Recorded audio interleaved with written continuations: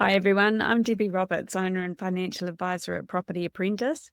And today I've got a bonus podcast for you called D.I.Y Landlord versus Property Manager, How to Decide.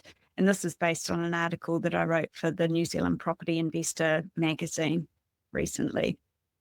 Being a property investor can be a rewarding experience with mortgage rates reducing and signs of a recovery in the property market on the horizon, especially since we're still in a buyer's market, but it can also come with its fair share of challenges.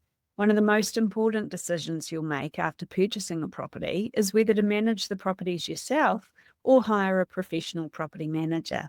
It's important to remember that although there are many self-managing landlords who'll tell you that you'll never find a property manager that'll look after the property as well as you will, there are equally as many property investors who'll tell you that life is way too short to manage your own rentals. So how can you decide which is the best option for you? Let's take a look at some of the pros and cons for each.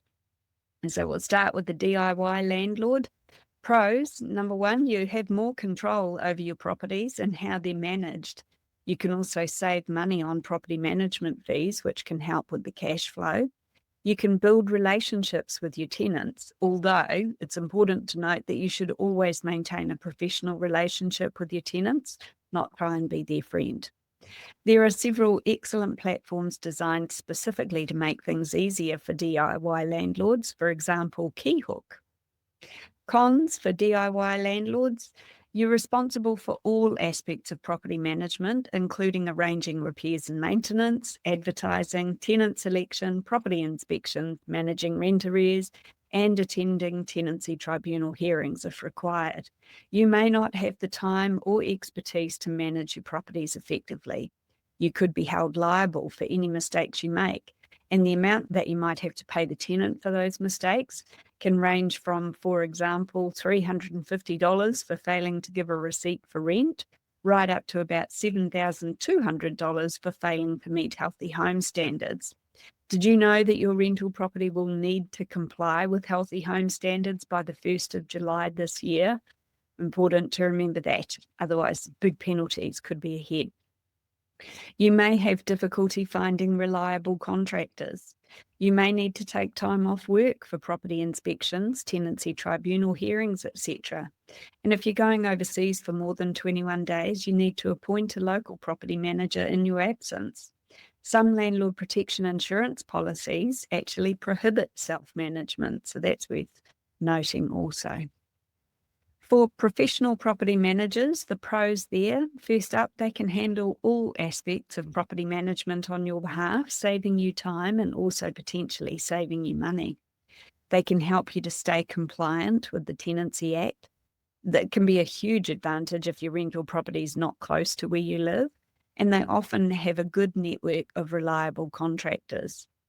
The downside: you have to pay property management fees, which can range from approximately 6% up to 11% or more, depending on the type of rental property it is. And this is a percentage of the rent received. This is tax deductible as an expense, though, but you might have less control over your properties unless you're clear with your property manager about how much control you need or want in certain situations. For example, you might want to attend at least one of the property inspections each year just to see for yourself. Property management is not a regulated industry, so finding a good property manager can feel a little bit like trial and error sometimes, unless you get a good recommendation from other property investors. In summary, only you can decide what's best for you and your tenants, but property management might not be as easy as you think. I recommend that you either become an excellent property manager yourself and ensure that you thoroughly understand your legal requirements. A good place to start is the NZPIF Rent Skills Program, which is free for full members of any local property investors association. Alternatively, pay a professional to do it for you and then manage your managers. Thanks for listening. Hey there, want to stay on top of the latest property news and trends? Subscribe to the Property Apprentice podcast for weekly updates that will help you to navigate the market like a pro. We cover everything from insider tips to expert interviews, so you'll always be in the know. And don't forget to ring the bell and hit that subscribe button here on our YouTube channel for even more helpful content to boost your property journey. Check out the link in the description to subscribe to the podcast, and we'll see you in the next episode. Happy investing!